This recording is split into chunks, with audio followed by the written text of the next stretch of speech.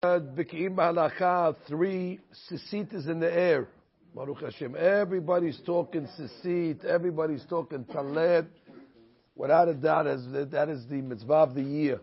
The mitzvah of the year has been voted unanimously Tzitzit. Baruch Hashem. The stores here in Brooklyn, at least, are being bombarded with requests for wool Tzitzit, for large Tzitzit, for all different sizes. And Baruch Hashem, so many people have joined the ranks of Tzitzit wearers, and without a doubt, it's bringing them and their families a lot of blessings. So yesterday in B'ki'im, we talked about Shulchan Aruch's opinion based on Rambam that strings and garment must match. That's not the Ashkenaz opinion. Ramah's hold actually you're able to have a mixed match between the color of the garment and the strings themselves. So basically, according to the Ashkenazim, you'd be able to have a camouflage talet for the army, for the soldiers, may they live and be well, and white strings. Actually, one of our members brought in today a beautiful XL, actually, extra large camouflage polyester, which is okay. Polyester, we said, according to some opinions, is okay. But this is the point here. It's green. So now, if anybody doesn't know what green looks like, this is green, and white strings. So basically, this is a good tzitzit for an Ashkenaz soldier. So therefore, when you're giving these tzitzit out in the front lines, or whatever you're giving them out, so if the guy's last name is Berkowitz, so then you give him one of these. If the guy's last name is Tawil Me'elia Kohen, so then you tell him, no, it's not for you. What would you do in that case? So you'd have to dye the strings, which is not such an easy thing to do, but the founder of Tzitzit is with us today, Mr. Jack Fallick, who actually was way ahead of his time in the revolution that he started with Tzitzit. Man was close to his heart, this mitzvah. Everybody has their item when they came to this world. So he felt, and not for monetary purposes at all, this was a labor of love for Jack, and he decided that, you know what, let's bring Tzitzit to the forefront of the people. We need to make it comfortable. We need to make it halakhically kasher, and follow all the stringencies that we can, and at a fair price. Anyway, he got involved in camouflage tzitsiyot, and he was able to figure out the right die cast for the strings. So the strings matched exactly the garment. So those tzitsiyot actually would be kosher for the soldiers that are Sephardim. Now, preferably, a soldier should wear the tzitsiyot under his garment, just like we always wear our tzitsiyot underneath the garment. And that's what he writes over here. If soldiers in a special unit are required to wear only camouflage clothing, number 14, and they may have no colors showing, they should dye the talit gadol and its tzitzit to match the required color, like we said. Now, if they were able to wear a white talit katan under their clothes, that's preferable. But again, that depends on the army rules over there. But if they get a white on white garment and wear it underneath, I don't know, are their undershirts camouflage also? Maybe they're all green totally. But if they're able to put it underneath their garment and just go white on white, that would be the best. If not, so then let them go green on green. And then he writes over here that, and that's again according to Maran.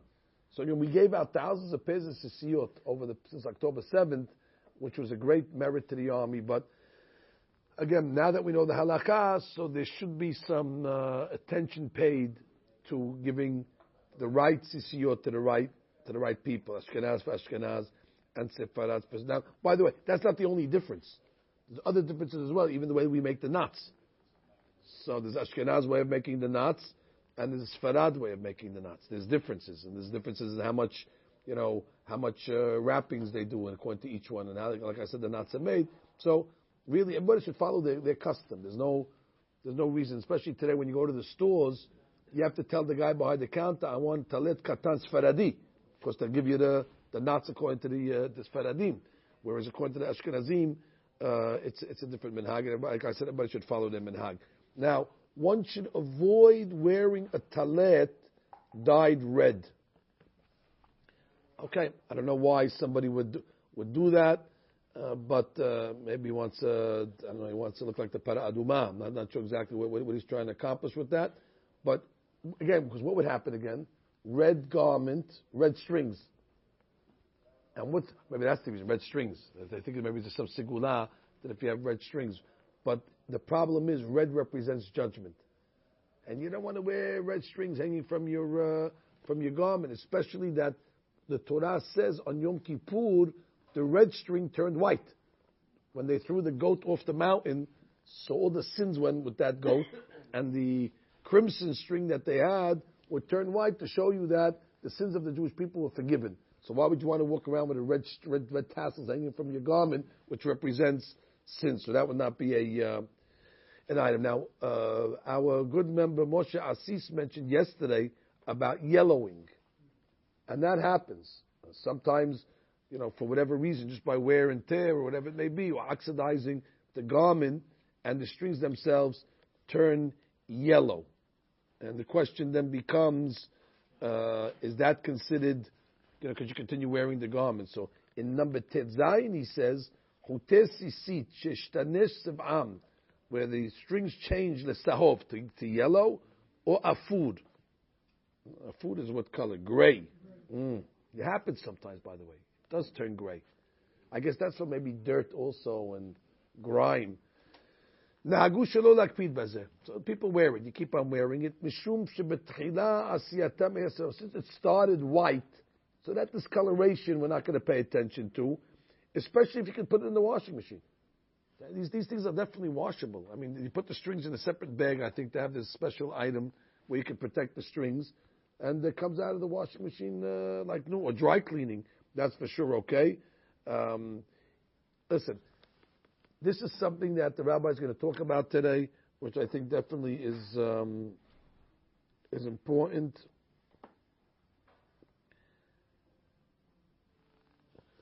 Sometimes, because we pray with our taler on, and a lot of people drink coffee, so there's spills, and all of a sudden you see the guy in his taler, he had a big stain of coffee on his talet. So that's not going to make the talet pasul. But one thing is clear: you wouldn't wear a suit like that to work with a big stain, let alone every day to work. So therefore, I mean, there comes a point where a person has to have a little self-respect for himself and for God. I mean, if it's not good enough for your own, you wouldn't wear pajamas like that to sleep under the covers where nobody sees you if you had a stain of black coffee on the back of your pajamas. So why is it that a guy can go 20 years with the same talet and there's no problem? He's good with that. Because the answer is because it's talet, the talet. It's not. I don't wear it to a wedding. I don't wear it, to dinner. Talet, but it's wrong. The attitude has to be that what you do for God has to be respectful. And if you look at the next page, he basically comes along and he writes, "Umikol makom." This is the next page. The whole thing is this: "En ra'ui lilbosh talet asher shina mar'ito me'od." If we really change the color, the talet, we're really now it's yellowing and it's ripped or torn or filled with dirt.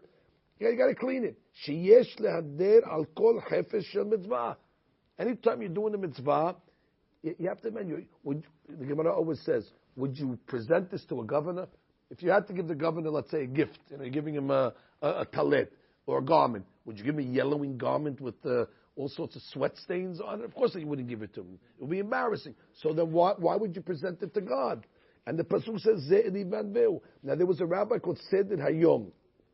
Now the Seder Hayom, we actually did this book, and he writes like this, I'm quoting, Tov lehizaher sheyeh sisit mehudar v'na'eh v'naki. So the sisit should be beautiful, pretty, and clean. V'lo yeh metunaf. It shouldn't be dirty, karua, ripped, ubazui, and disgusting. V'chivan shelovesh oto l'shem mitzvah, especially if you're wearing it for the mitzvah, we have a rule, ze'eli van veu, do the mitzvot in a beautifying way. Ve'en la'Hashem mahsor l'shalem kifle kiflayim al kol ma sheyotzi bo. Oh, you worried about the expense? Oh, he says, what do you mean? God is very rich. He'll pay you back 2-fold and 4-fold. Nobody should calculate when it comes to. There was one guy, a Syrian guy. He came to me once, and it was past hours by my grandfather's house, and he saw there was matzah shemura on the table. So he says to my grandfather, Joe, I don't pay to be religious. Meaning he's against the shemura matzah because those days it was like $8 a pound. He said, I don't pay.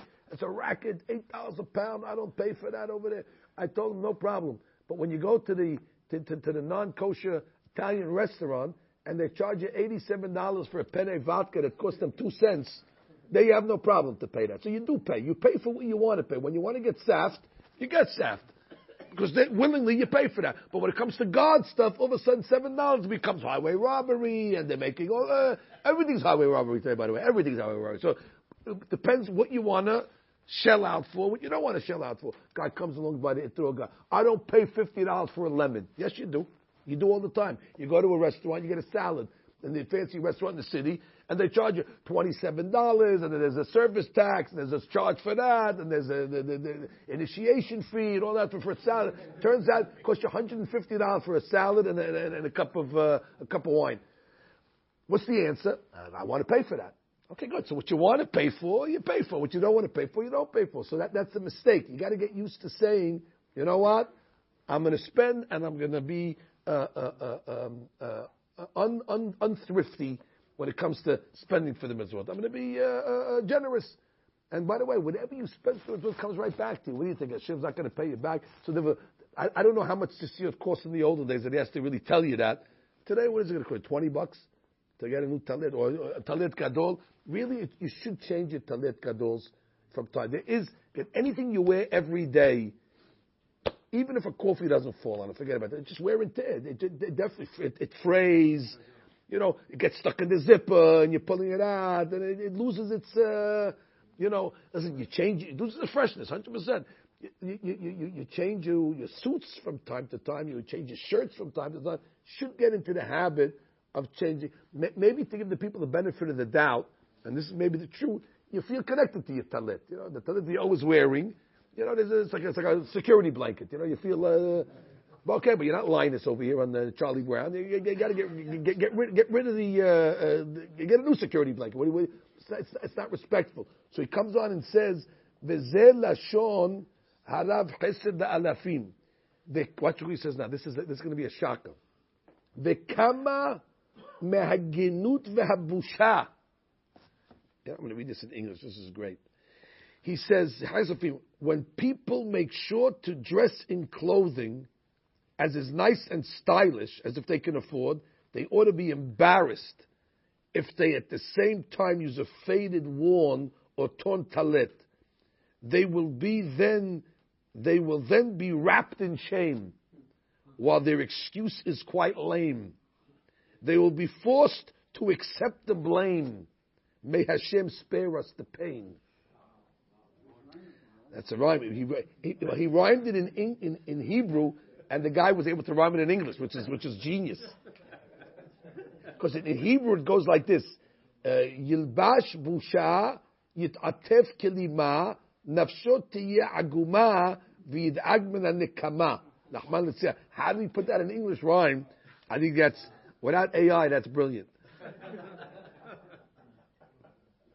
Stating it more succinctly, Kafraim Palachi writes, someone with smart, neat clothes and ugly-looking talit will likely be punished severely.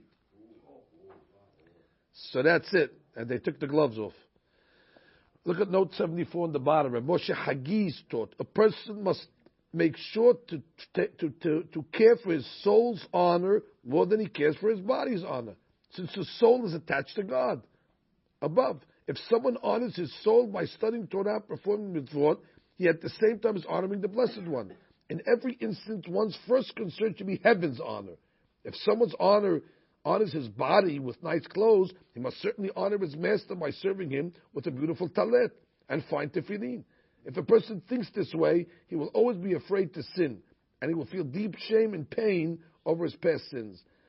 In Teshuvot V'Hanagot states that if someone continues to wear a talit that has become filthy he is guilty of belittling the mitzvah. It is possible he loses the credit for the mitzvah altogether. Wow. So, they're really not happy about this. Cham Baruch Hashem used to always tell us about the guys that their tefillin are crooked. You know what I mean? They're not in the right spot. He said, but you see the guy in the morning when he gets dressed with a mirror making sure his tie is right in the middle. He says when it comes to his tie, he wants to make sure that it's straight. When it comes to his tefillin, it's on the side of his head. So one guy, Magen David, always when he put on his tefillin, he didn't care. His tefillin was always in a different place. So Chacham Baruch would come and move it, and it goes out of the place. He move it again. So finally he got so nervous, he said, his tefillin are straight, his head is crooked. He says, I can't fix his head. but that was a pet peeve of the Rab, because he felt that people are more concerned about how they look, physically, and when it comes to the tefillin, or let's say the taled, they have less concern. Now look at Yud Zayin. Yud Zayin, he doesn't go into this too much, because I guess he doesn't want to get into the politics of it, but he talks about the Techeiles, the blue strings. So, actually today we talked about red strings, we talked about blue strings and white. That's it, red, white, and blue. So they have the patriotic talit. There's some people that claim that they know what the blue string is. There's a certain string the Torah says called Techeiles. Now, when Mashiach comes, I'm sure they're going to reveal to us the real Techeiles, and every tzitzit that you're going to see on the market is not going to look anything like it looks today. There's going to be a blue string running through the tassels. That has to be. That's the Torah's way of fulfilling the mitzvah. So why don't we know where the Techeiles is? The Gemara says in Megillah, there's a certain fish that surfaces in the north of Israel once every 70 years. And from the blood of the fish, so they're able to make this special dye that's called the Techeiles. So for the last, I don't know how many hundreds of years, people are trying to identify the fish and to try to figure out how to make it. What's our opinion on the Techeiles?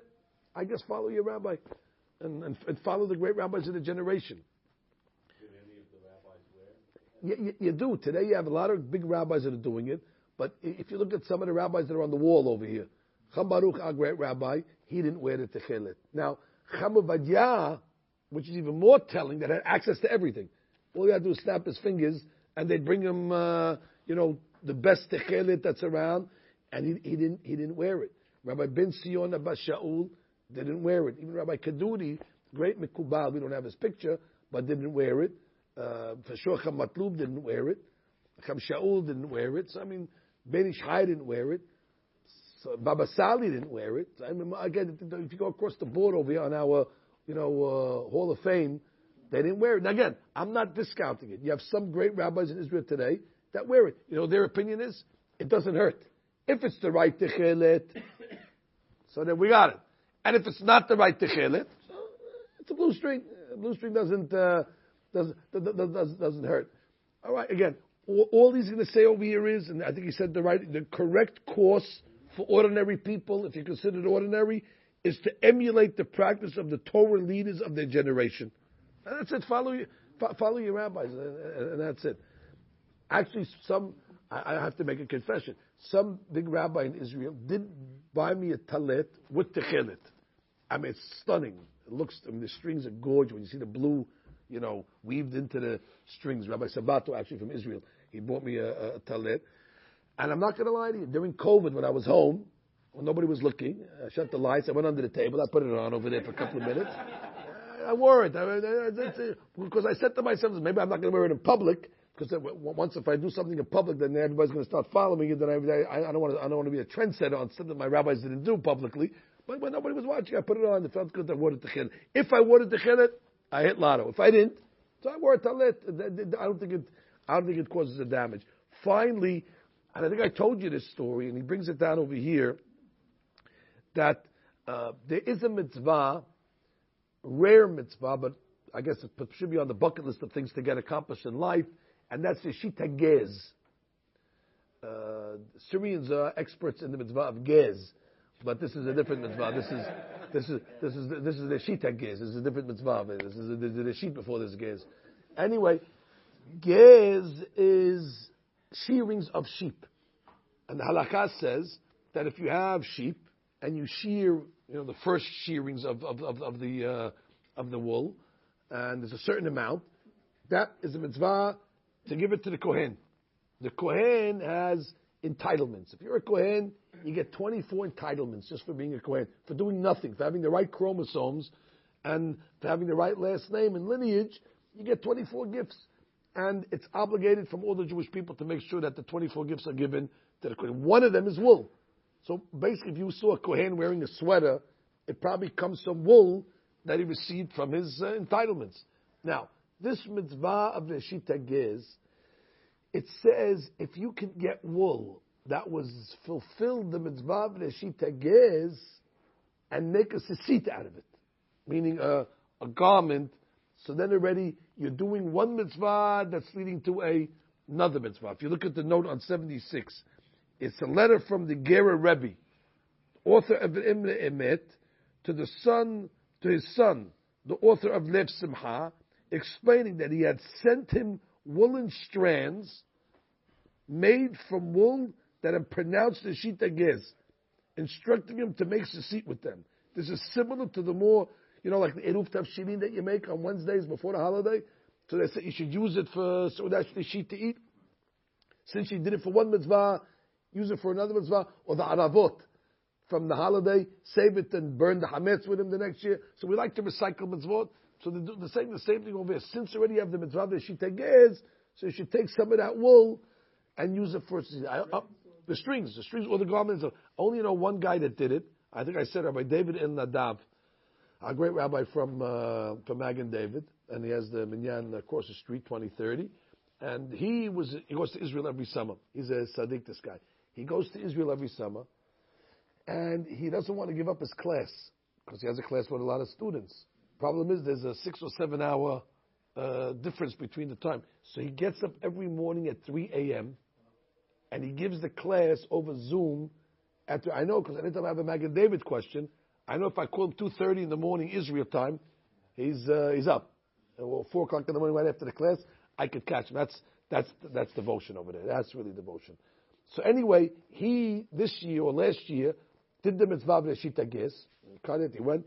And then he turned the strings into sisiot, and he's wearing it. He's one of the few guys that I know was able to fulfill his mitzvah. So he says, "Mishi yesh lo tzemer." That's the number 18. Shegazaz ma'be'ema be'et kiyum mitzvah Neshita Gez. At the time that you fulfilled this mitzvah, tov sheikach tzemer zedasot b'choteh sisit. So to your question, Joe, he's making actually the strings of the sisit. I think Rabbi Nadav actually made the garment himself. And he did both. He says, since the wool had been used for the mitzvah of Neshita Gez, it is commendable to use it for another mitzvah as well as tzitzit. So that would be. Anyone can wear it, only for him. No. I guess the Kohen gave it to him back as a gift.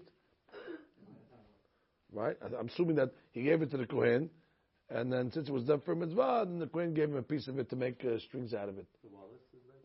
So our good student over here just came back from Israel, Mr. Ike Betesh. Yarum Hodo, and I asked him if he can locate for me Wallace Tzitzit. Now, I told you Wallace was the name brand for the highest quality Tzitzit, in the industry. I don't know, like you have maybe in, I don't know, in other industries where you have a certain name that's the industry standard when it comes to like a Rolex or a Meitai or something like that. A Rolex, let's say, is this industry standard on watches, maybe. Not Timex? I thought Timex. I have a Timex. How about Casio? I had the Casio, the F11. What happened to that one? Anyway, okay. So Rolex and all these brands. We say a certain name, everybody knows. Oh, that's the industry standard. So in Sisiyot, you say Wallace. So everybody knows every stringency that you could find. So the original Wallace, which I had them when I was in Israel, he was still alive, the old man. Used to go to Be'ah Sha'arim, and they were a fortune. But again, it's not worth. You said Hermes tie. That's got to be a fortune also. But you pay for it because of the quality, so you pay for it. So now, after the old man passed away, they had Sisiyot Ke'en. They said Ke'en meaning it's as Wallace. But now I see over here, they went back, and they're printing it over here on the back, he says, these sisiyot over here were made by Rabbi Moshe Wallace from Yerushalayim under the name Sisit Wallace, and we also gave them a hechsher, and they're watching it, and everything is done, with the highest. So if you can get a pair of these strings, that would be good as well. All right. Anyway, show and tell is over. Have a good day, gentlemen. Tomorrow's another day. Beautiful learning, actually.